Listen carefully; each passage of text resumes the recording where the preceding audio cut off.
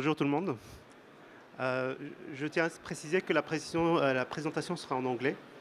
On va parler de réalité virtuelle et de use case et d'Omniverse. Voilà. So, thank you for being here. My presentation will be about virtual reality in the professional world. I'll go through some use cases and talk about Omniverse at the end.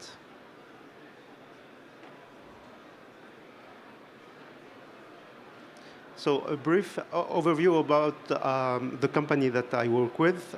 So PNY Technologies Europe is a main distributor of NVIDIA hardware in Europe, across Europe, Middle East, basically those areas. We are established since 20 years plus in Bordeaux. We are having there our warehousing capabilities, a part of our marketing team, as well with our sales teams as well. We have multiple locations and we are serving multiple markets. Mainly Bordeaux is covering Europe and South Europe, North Africa, and we have also an office Dubai shining around GCC country and also South Africa. So we have value about quality. So we are, of course, compliant with all the standards of NVIDIA. And we are also close to our customers. So we have the flexibility to also to stick to their standards. We have quality department, guys working to make testing of the hardware, to make it compliant with a lot of standards. So we are distributor of NVIDIA, as I mentioned, so we are working with the GPU historically. Then with the boost of NVIDIA, we are more and more working with artificial intelligence, mainly on their supercomputing, DGX station, and everything regarding also networking.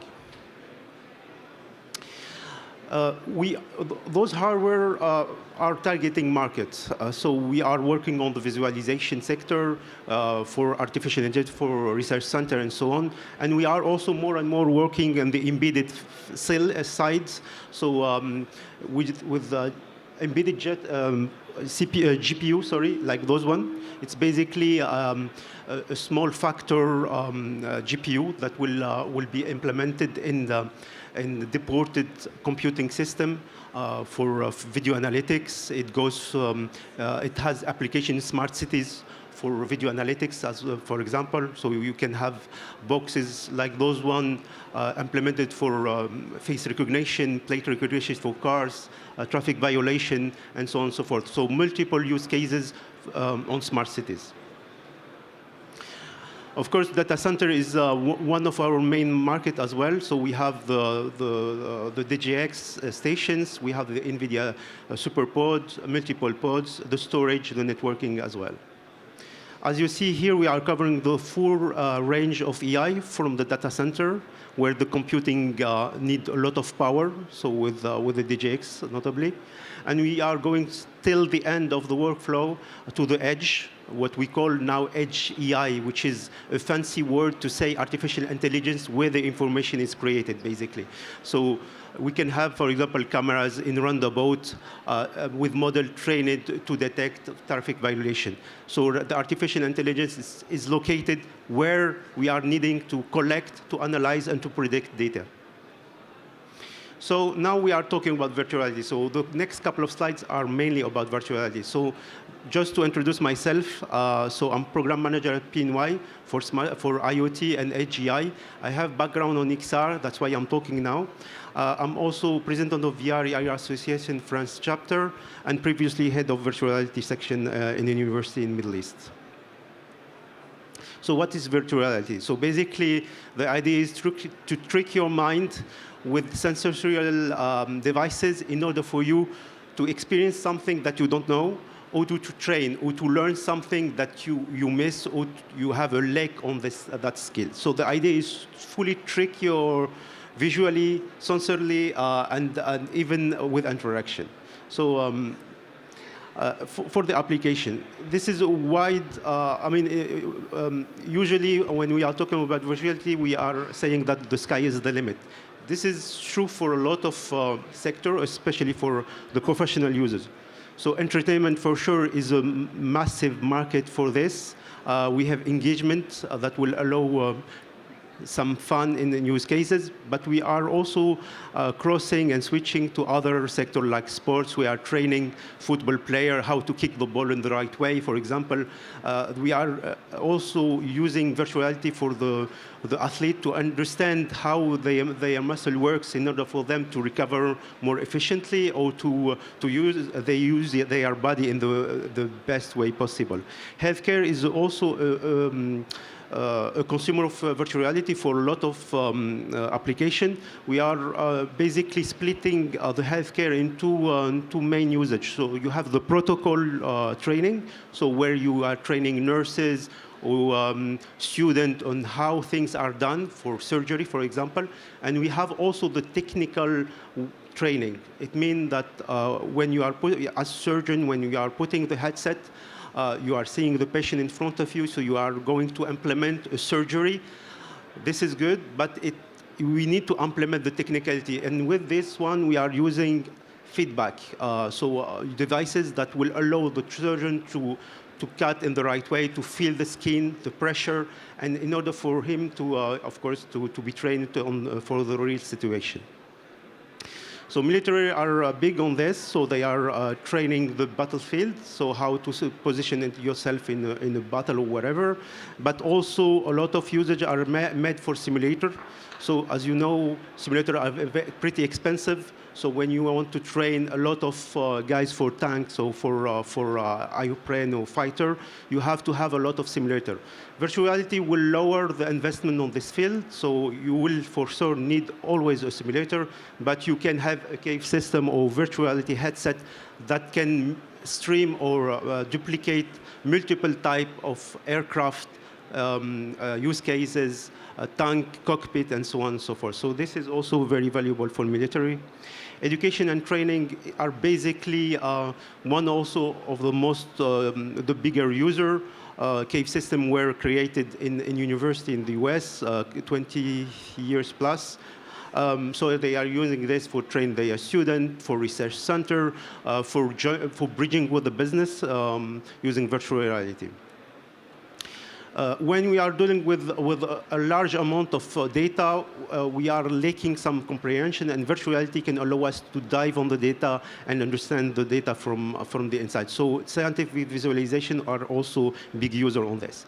Of course, at the end, we have BIM and architecture. So the idea is to use virtual reality to design a building, to design an interior, but also to mix it with the urban planning area to see if it does fit the environment in terms of design or of public transport and so on and so forth. So for the one who are interested about building their own virtual reality content, or they are trying to assess the right content that they need to have in their company on their use cases, I would go on 3 axes for you to assess a good VR content. So basically, my understanding on the exchanges that I used to have with customer or with partner, we need 3 pillars on using virtual reality. The first one is impact. So we need to have this impact in the human psychology in order for you to understand. Otherwise, it doesn't work. You have to have high-end interaction, or at least interaction that makes sense to the user. This is very important that this is the medium to learn at the end. So when you interact, you learn because you are dealing with memory by seeing things, but you have also body memory that will allow you to understand and to memorize on long-term basis. You have the embodiment, so any content that don't allow you to see yourself or part of yourself won't trick your mind efficiently. So the impact, impact, it means that you have to understand, or you have the use case has to make sense to you. I make a choice here to show you a content about autism. So we worked with a couple of psychologists taking care of autistic kids, and the idea was how to do those two things. First, to hire the comprehension of the public about the autism in general, and the second thing, how to train some selected autistic kids to some use cases. The first thing, so how to hire the understanding of autistic situation is to make you feel the life or the vision of an autistic kid. So there is a couple of content on the market that will allow you to switch from your reality to the reality of an autistic kid. So here, just a quick description. So you put your headset, you go in a coffee shop. So it's a regular one with a regular customer. And with the regular customer taking and with the barista and so on. So you have a very regular point of view. At one time to another, you push the button, or I push the button for you, and you will switch to another reality. So you are going to see some kind of overlap or different autistic conditions. So sensitivity to light, to color, to shapes, to sound, and you will feel very uncomfortable with that. And the experience is very, very short, because the idea is to make you feel bad, but not too bad. So this is very interesting. So at the end, we made some studies and some testing with two pools of people. So the teacher dealing with 30 kids plus, and usually when they deal with autistic kids, they don't understand their behavior, so they tell them to go out or wherever. But with those kind of demonstration, they will adjust their response to some kind of behavior in the classroom. And the second thing is definitely the family or the parents, so they do understand the life of their kids. So this is a very good impact use cases that can be duplicated to others in a professional way, but it's enough strong to make you understand that virtual reality can address this. So this is quite complex. So it can address other training like team building or type marketing stuff. So here is the video of the thing. So here is the autistic point of view. So you will see a lot of stimulus. So the shape are moving. It's not all the case for all the autistic kids, but here there is like a mix about a lot of things. And it go crescendo till the end, till 30 minutes or no, 30 seconds, sorry, or 1 minute. So you have to imagine yourself in the headset experiencing this. It's not as good as experiencing the thing. Another impact thing is about it's a project made by BBC. At one time during the Syrian war, there was a lot of overload on the news about Syrians crossing the Aegean Sea and so on and so forth. So people get fed up. So the idea about this is to make you feel the crossing of a Syrian family from Turkey to Athens in a boat, in a storm, and being chased by wherever military boat behind you. So this is it's also impactful to make understood people about the situation of others. So this is good, this is impactful, and it can be also duplicated in the professional world. So you can imagine yourself with your family on the boat in the dark. There is a storm. There is a light because you are chased by law enforcement. Yeah. So interaction. So the second very important thing is interaction. So if you are just putting the headset and seeing nice stuff, it's good. But the immersion break at one moment because you are fed up, or you are not learning or having any kind of value for you. So interaction will link your reality, the virtual reality that you are experiencing with a tool set of skills. Here, it's a rehabilitation platform for amputee people, so allow them to get used to their future implant or robotic arm. Here also the precision of the touch that we can have in virtual reality. So you see that you can move your finger, you can use 3D content in a very precise way. Here is a content to train custom to check some item in luggages. So this is implemented for real. The third thing is about embodiment. So if you are not seeing part of yourself in virtual reality, it, it, it won't work efficiently. So you have at least see your hands, but for some use cases, you have to see all yourself. For a lot of usage, it can be oil and gas company are using this to duplicate critical processes for gas leak or for any kind of hazardous situation in in an oil and gas platform, for example. Here's just a use case for embodiment. So you have a full body tracking system. It's wearable. You put the headset, and you will be able to see yourself in virtual reality. So hands, feet, whatever.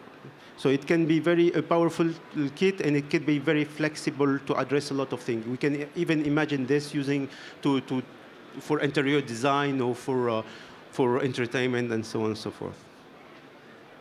So here is the three axes or three most important things, in my sense, to have a good and efficient VR, XR content, even 2D or 3D content.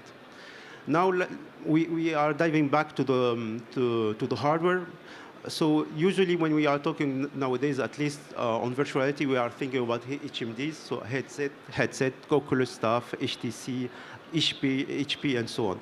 But we have to know that that cave system exists. I mean, virtual reality began much before that.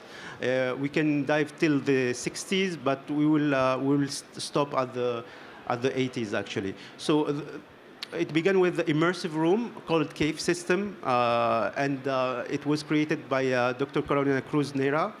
She's a Spanish, Venezuelan American computer engineer.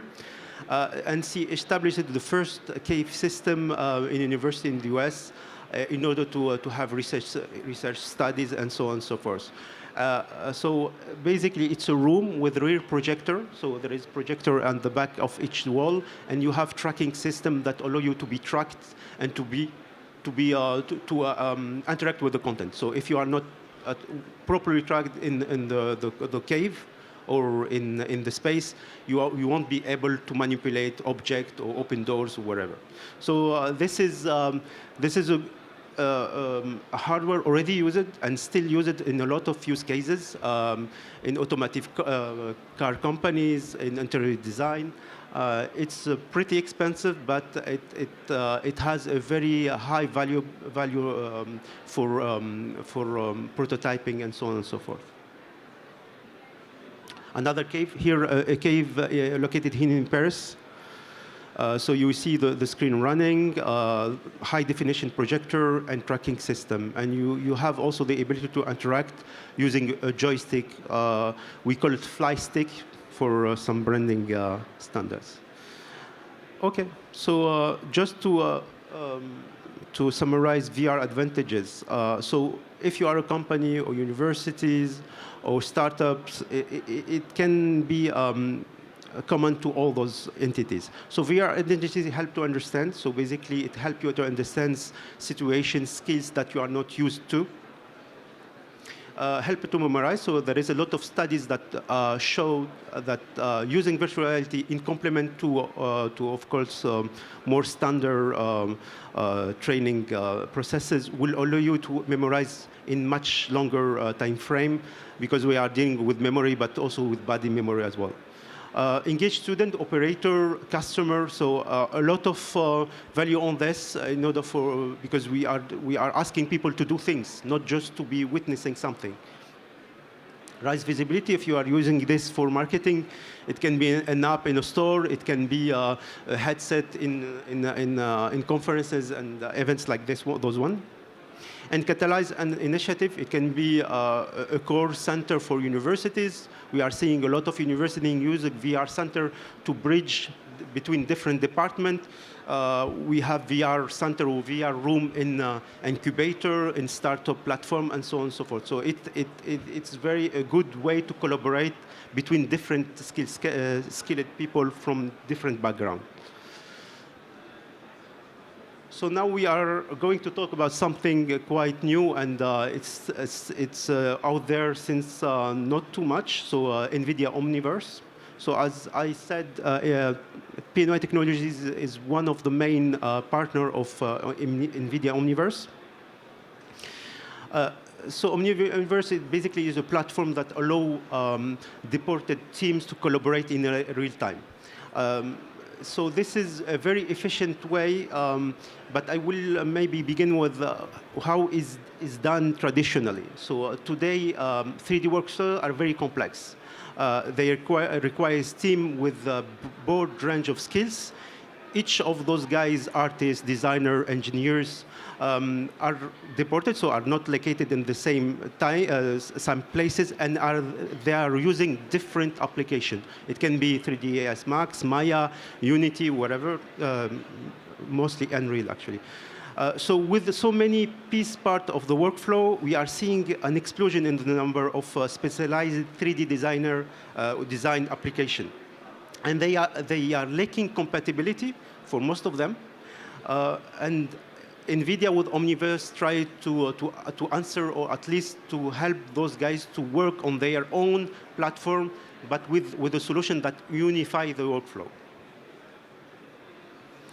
So with Omniverse, different skilled person using different tools can collaborate. This platform eliminates this annoying thing to import, export data models for each team. So when you are working in a classical way to do, so you are working in your model, you have to send it to the other team, import on their own solution, and they work on that and revert back to with your own version.